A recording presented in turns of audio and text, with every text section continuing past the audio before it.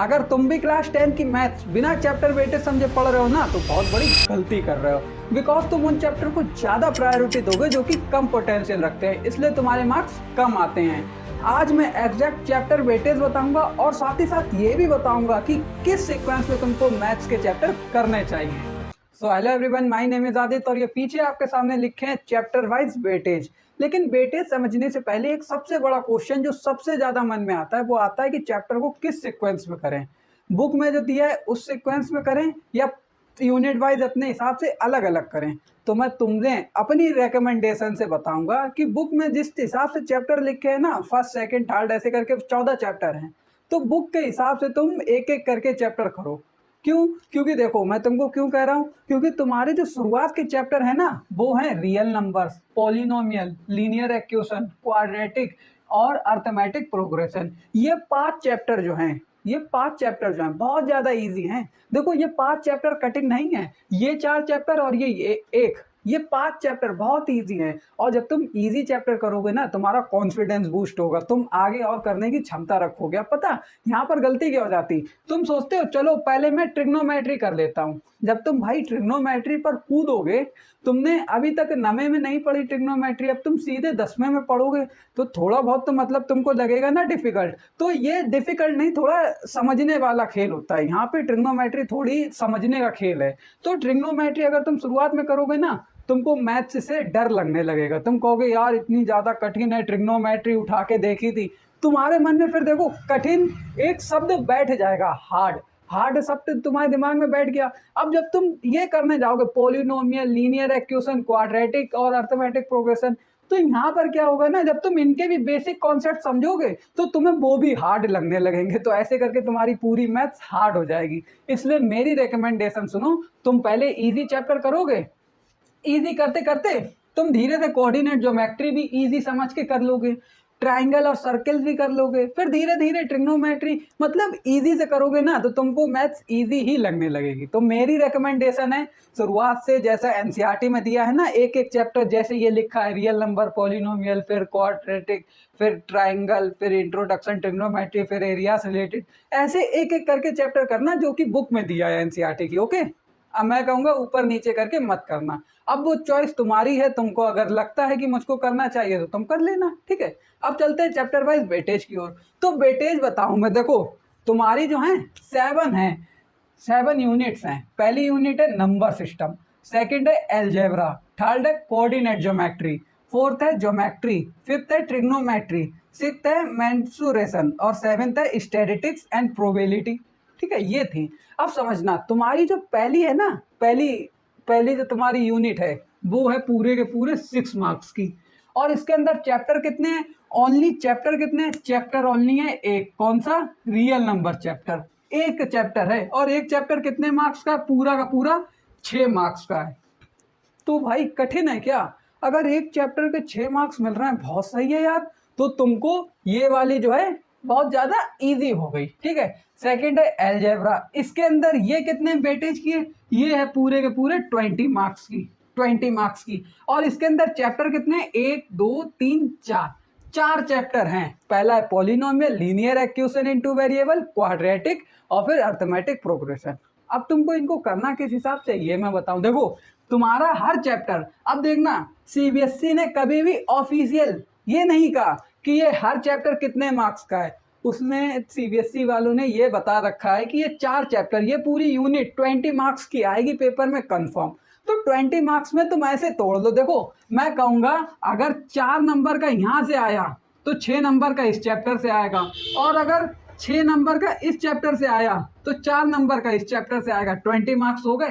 तो ऐसे होगा। देखो मतलब हर चैप्टर 4 से 6 नंबर कवर करता है। अगर यहाँ से 6 नंबर का आया तो यहाँ से 4 नंबर का आएगा, फिर यहाँ से 4 नंबर का आया तो यहाँ से 6 नंबर का आएगा। तो ऐसे होगा। ये 5 नंबर का किसी चैप्टर से नहीं आएगा ज्यादातर, मतलब 4 से 6 नंबर के बीच में हर चैप्टर कवर करता है, जो कि बहुत ही ज्यादा सही है, ठीक है। थर्ड वाली पे चलते हैं, कोऑर्डिनेट ज्योमेट्री। ये है पूरे के पूरे 6 मार्क्स की। अब 6 मार्क्स में केवल एक चैप्टर है, कौन सा है? कोऑर्डिनेट ज्योमेट्री, जो कि बहुत ज्यादा इजी चैप्टर है। इसके अंदर केवल देखो 3 फॉर्मूले समझने होते हैं, 3 फॉर्मूले। पहला तो तुम्हारा डिस्टेंस वाला हो गया, दूसरा सेक्शन वाला हो गया। और थर्ड ऐसे होते हैं थोड़े क्वेश्चन जो थोड़े ट्रिकी होते हैं क्वेश्चन, वो क्वेश्चन और करना सीख जाओ। ये 6 नंबर पूरे के पूरे पॉकेट में, समझ रहे, बहुत इजी है। चलो ठीक।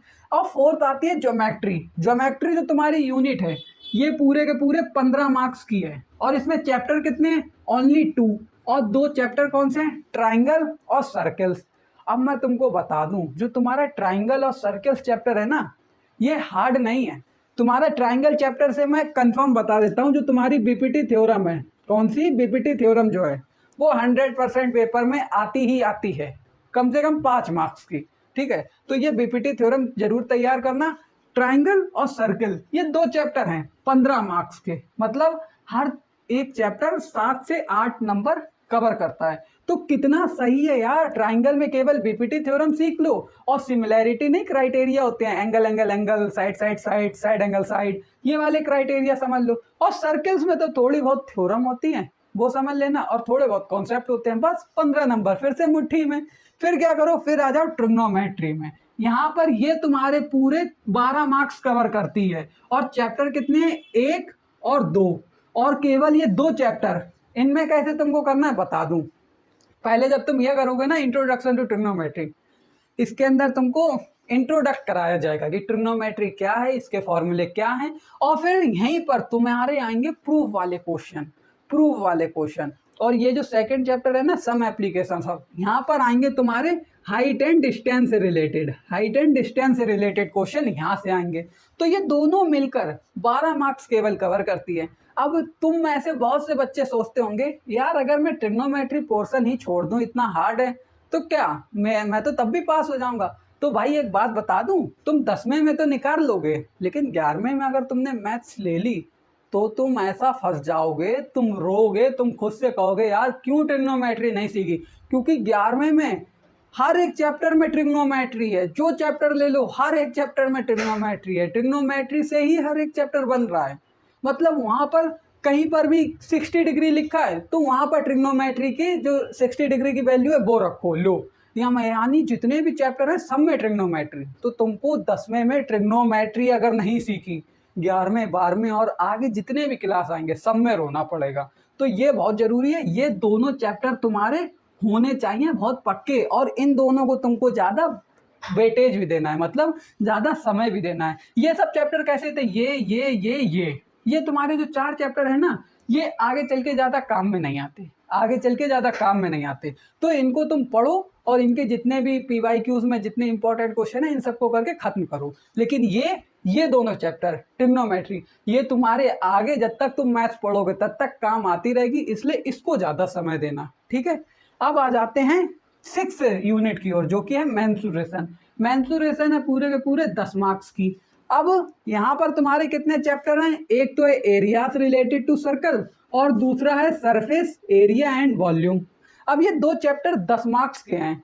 अब फिर तुम सोच रहे हो यार ये इतना कठिन यूनिट है, इसे छोड़ देते हैं। तो इसे भी नहीं छोड़ना है। क्यों? क्योंकि ये छोड़ दिए तो आगे तुम छूट जाओगे, क्योंकि आगे तुम्हें सरफेस एरियाज एंड वॉल्यूम से रिलेटेड 11वें 12वें में क्वेश्चन देखने को मिलेंगे ही मिलेंगे। इसलिए देखो, ये कम मार्क्स के भले ही हो, ये कम मार्क्स के भले ही हो, लेकिन आगे चल के तुम्हारे के लिए ज़्यादा यूजफुल होंगे, इसलिए इनको समय ज़्यादा देना, एक इसको और एक इसको। और फिर आ जाते हैं स्टैटिस्टिक्स एंड प्रोबेबिलिटी की ओर। यहाँ पर भी 2 चैप्टर हैं, स्टैटिस्टिक्स और प्रोबेबिलिटी, जो कि हैं 11 मार्क्स के। इनको भी बहुत ज़्यादा समय देना, क्योंकि तुम्हारे 11वें 12वें में भी स्टैटिस्टिक्स एंड प्रोबेबिलिटी देखने को मिलेगी। तो तुम्हें चैप्टर वाइज वेटेज तो समझ में आ गया कि हर चैप्टर कितने वेटेज का है। तुम्हें यूनिट वाइज वेटेज बता दिया है। अब मान लो ये 20 नंबर की तुम्हारी यूनिट है अलजेब्रा, तो मैंने बताया अगर एक चैप्टर 4 नंबर का आया तो ये 6 नंबर का आएगा, ये 4 नंबर का आया तो ये 6 नंबर का, अगर ये 6 नंबर का आया तो ये 4 नंबर का, ऐसे हो गया। ठीक, अब ये 15 नंबर की है, तो यहाँ पर दोनों चैप्टर जो है, अगर यहाँ से 7 नंबर का आया तो यहाँ से 8 नंबर का आएगा, अगर यहाँ से 8 नंबर का आया तो यहाँ से 7 नंबर का आएगा, ऐसे होता है। अब ये दोनों चैप्टर 12 नंबर के हैं। अब मान लो यहाँ पर मैं तुमको बता दूं, यहाँ पर क्या होता है ना, यहाँ पर तुम्हारा इसका बहुत अलग सिस्टम है। सिस्टम बता दूं, चलो बता देता हूँ। देखो, पेपर में तुमसे किस हिसाब से आता है, तुम्हारे जो लॉन्ग क्वेश्चन होते हैं ना, लॉन्ग 5-5 नंबर वाले क्वेश्चन, वहाँ पर चॉइस होती है तुम्हारे पास दो, कि तुम या तो ऑप्शन ए क्वेश्चन करो या ऑप्शन बी क्वेश्चन करो। तो देखो तुम्हारा जो है पहले तो इस चैप्टर से ये इंट्रोडक्शन ट्रिग्नोमेट्री से प्रूफ वाले जो क्वेश्चन होते हैं, वो तुम्हारे आ जाएंगे कितने, 5 नंबर के एक तो क्वेश्चन आ ही जाएगा लॉन्ग फॉर्म में, इतना तो मुझको पता है। उसके बाद तुम्हारे मैं कहता हूँ 2 नंबर और 3 नंबर में भी आ जाते हैं। तो ये ज़्यादा 2 नंबर में आ गया एक क्वेश्चन और इसका प्रूफ वाला, और एक एमसीक्यू में आ गया। तो 3 नंबर और यहाँ से हो गए 8 नंबर के हो गए। अब बचे कितने, 4 नंबर। और यहाँ पर ये भी बहुत अच्छा चैप्टर है, तो इसका केवल 4 नंबर का क्या करेंगे, 4 नंबर का। देखना तुम बहुत गौर से बात को समझना। अब तुम्हारा इस चैप्टर से 3 नंबर का एक क्वेश्चन देंगे और फिर 1 नंबर का एक एमसीक्यू पूछेंगे और उसके बाद जो तुम्हारे चॉइस वाले क्वेश्चन होते हैं ना, वहाँ पर 6 नंबर का मान लो, वहाँ पर तुम्हारा इस चैप्टर से सरफेस एरिया एंड वॉल्यूम से 6 नंबर का मतलब 5 नंबर का कोई एक क्वेश्चन लिखा है। अब ऑप्शन दूसरा भी होगा, दूसरे ऑप्शन में तुमको इस चैप्टर का एक लॉन्ग क्वेश्चन दे देंगे 5 नंबर का। ऐसे होता है पेपर कुछ इस हिसाब से सेट होता है। मतलब अगर तुम्हारी ये यूनिट बहुत ज़्यादा स्ट्रांग है और ये यूनिट कमज़ोर है तो बिल्कुल टेंशन मत लो, क्योंकि इस यूनिट के जो क्वेश्चन आएंगे ना लंबे लंबे, उनमें चॉइस होगी और चॉइस में तुम्हारे या तो इन यूनिट के चैप्टर्स के क्वेश्चन होंगे या फिर इन यूनिट के क्वेश्चन के चैप्टर होंगे। समझ रहे हो ना? तो इस हिसाब से थोड़ा तुम्हारा पेपर का सीक्वेंस होता है। तुम अभी नहीं समझोगे, धीरे धीरे जब तुम्हें एनालिसिस होगा, एनालिसिस करोगे तब तुमको पता लग जाएगा। ओके, तो मैंने तुमको सारे चैप्टर्स का वेटेज बता दिया, तुमको सब बता दिया जो भी तुम्हारा वेटेज था। अब मिलते हैं नेक्स्ट वीडियो में। उससे पहले कमेंट करके बता देना कि तुम पहले कौन से चैप्टर से पढ़ना स्टार्ट करोगे। तो तब तक के लिए बाय।